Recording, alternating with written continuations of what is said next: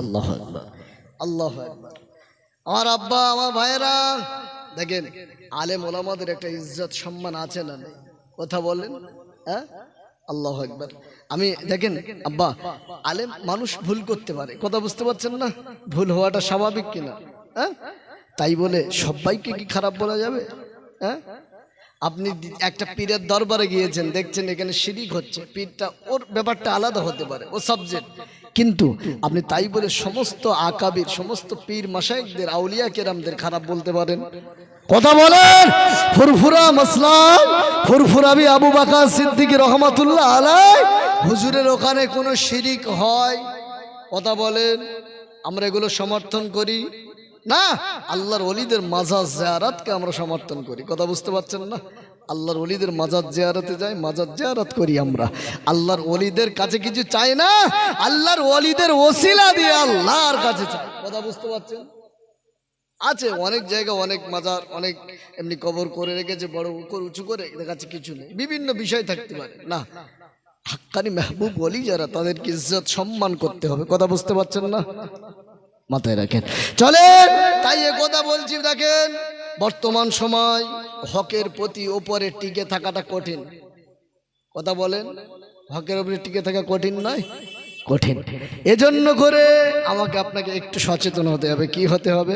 আচ্ছা, আপনি দেখেননি বাংলাদেশে, এই আব্বা বলেন, যারা ইউটিউব চালায়, বাংলাদেশে হুজুর কথা বলছে, হুজুরের দালে ছুটে মারতে যাচ্ছে, আছে না?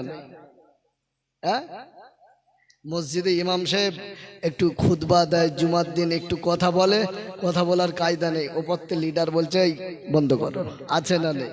কথা বলেন, বলেন। হুজুর স্টেজে বক্তৃতা করছে, একজন সাবেক চেয়ারম্যান, মহিলা মানুষ, মাহফিল চলছে, কোরআনের কথা চলছে, কি করছে? এসে কি করছে? মাইকটা হুজুরের কাছ থেকে নে, কোরআনটা বন্ধ করে দে, পার্টির কথা হচ্ছে। এটা এই আলামত ভালো না খারাপ? আবার একজন মহিলা মানুষ, সাবেক চেয়ারম্যান বাংলাদেশে, বুঝতে পারছেন না? আলেমটা একটু প্রতিবাদ করেছে যে মহিলাদের, এটা তো আলেম বলবেই যে মহিলাদের কণ্ঠটাও পর্দা, কথা বুঝতে পারছেন? আলেম যেই বলেছে পাশ থেকে আরো উঠে, তুমি বেশি বোঝো, এই বুঝতে পারছেন না আব্বা? তুমি বেশি বোঝো, ওর কণ্ঠটা ওখানেই প্রতিরোধ করার চেষ্টা করলো।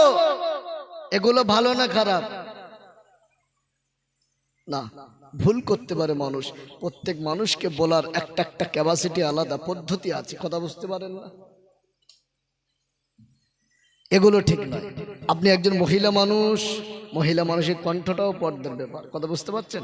তো হুজুর বলেছে, হুজুরের বিরুদ্ধে ঘিরে ধরেছে, একটু হাতাহাতি মতো হলো, মায়ে এই জলসা বন্ধ করে দাও, দোয়া করে দাও, এ কি? হ্যাঁ, আখিরি জমানায় শেষ সময় আল্লাহর হাবিবের সময় কুফার কুরাইশরা চেষ্টা করেছিল কলেমার বাণী বন্ধ হয়ে যাক, কোরআনের কথা চলবে না। আজও কিছু আবু জাহাল মার্কা আছে যারা কোরআনের কথা বলতে দেয় না, আছে না নেই? ফিরে আসতে হবে। কোরআন হাদিস আমার আপনার জন্য আল্লাহ রসুল রেখে গেছে। আল্লাহু আকবার, কত মেহনতে গড়া, আমি বলেছি। এগুলো থেকে দেখেন, একটা মদখোর, সুদখোর, জেনাখোর, ব্যভিচারী, প্রত্যেকেই বলে নবীকে ভালোবাসি, কথা বুঝতে পারছেন না? প্রত্যেকেই, মুসলমান যারা, প্রত্যেকেই আপনি শুনবেন নবী ভালোবাসে, হ্যাঁ বাসি বলেন। এই ভালোবাসা, আর আবু তালেব নবীকে এত কাছে করে মহব্বত করেছিলেন, এই ভালোবাসায় কোনো ঘাটতি ছিল না, পার্থক্য ছিল। আমার নবীকে নবী হিসাবে জানতো, মেনে নেন না। নবী হিসেবে জানতো কিন্তু মেনে নেয় নি। কারণ হলো এটা, গদি চলে যাবে, টাকা পয়সা, মানুষ খারাপ বলে, মানুষ কি বলবে?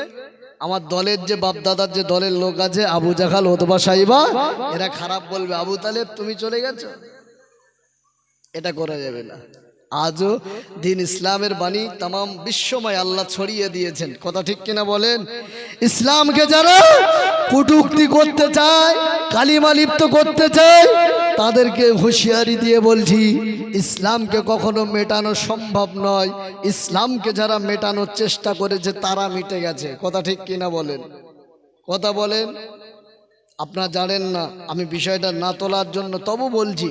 এই কিছুদিন পূর্বে আমাদের মানে দুর্গা পুজো হয়ে গেছে না, আমাদের যে সমস্ত হিন্দু ধর্ম অবলম্বী ভাইদের, হ্যাঁ, হাওড়া জেলার শ্যামপুর থানার একটা দুর্গা পূজা মণ্ডপের ভিতরে একটা ছবি অঙ্কন করে মোহাম্মদ লিখে দিয়েছে, কথা বুঝতে পারছেন? আপনি মুসলমান হলে আপনার অন্তরে জ্বালা করবে কি করবে না? এ কথা বলেন না, হ্যাঁ জ্বালা করবে। এটা নিয়ে প্রতিবাদ হলো, পূজা কমিটি এসে ক্ষমা চাইছে, আমরা বুঝতে পারিনি। এগুলো না, যার ধর্ম আপনি পালন করেন, আমরা বাধা দেব না। ইসলাম সম্প্রীতি শিক্ষা দিয়েছে। ইসলাম কি দিয়েছে? সম্প্রীতি শিক্ষা দিয়েছে। এ থেকে ফিরে আসবেন, ভালো হন, আখলাকটা পরিবর্তন করেন। বাড়িতে বেনামাজিগুলো নামাজি হন, পর্দানাসীনা মা, যে সমস্ত মায়েরা পর্দা নিয়ে এখনো চলতে পারেন না, একটু পর্দা অবস্থায় থাকার চলার চেষ্টা করেন। কথা বুঝতে পারছেন? কথা বুঝতে পারছেন কি? হ্যাঁ, একটু পর্দা নিয়ে চলার চেষ্টা করেন।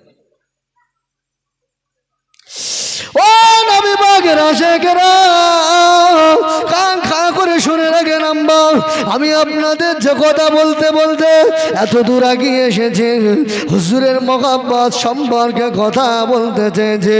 আল্লাহ নবী প্যারা হাবিব মুহাম্মাদুর রাসূলুল্লাহ সাল্লাল্লাহু আলাইহি সাল্লাম হুজুর পাক আমাদের ইন্তেকালের পরে আল্লাহ নবী আমাদের কবরে হাসি হয়ে যাবে।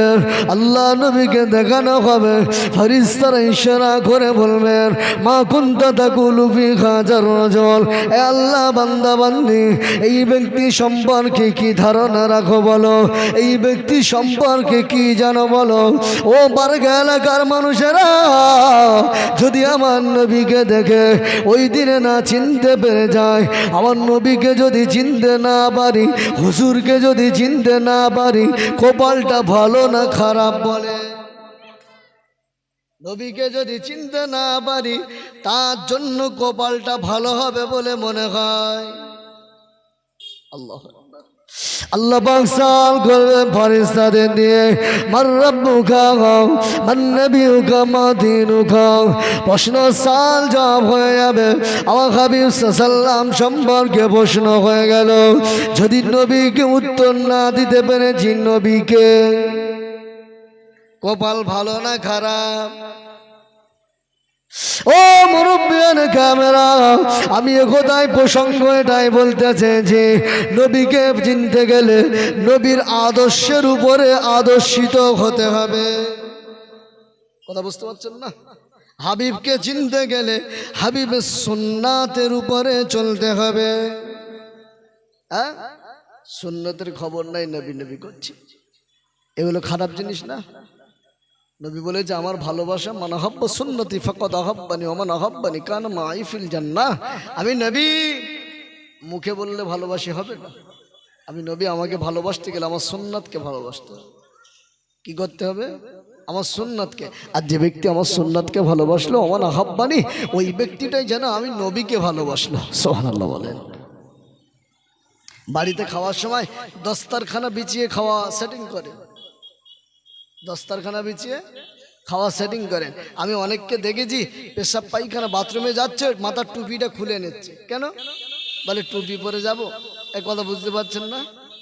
মাথায় কাপড় বা টুপি দিয়ে যাওয়া কি সুন্নাত, এটা দিয়েই যেতে হবে। খালি মাথায় যাওয়া যাবে? কথা বলেন না। এই আস্তে আস্তে প্র্যাকটিস করে, আল্লাহর ঘরের সঙ্গে সম্পর্ক করে,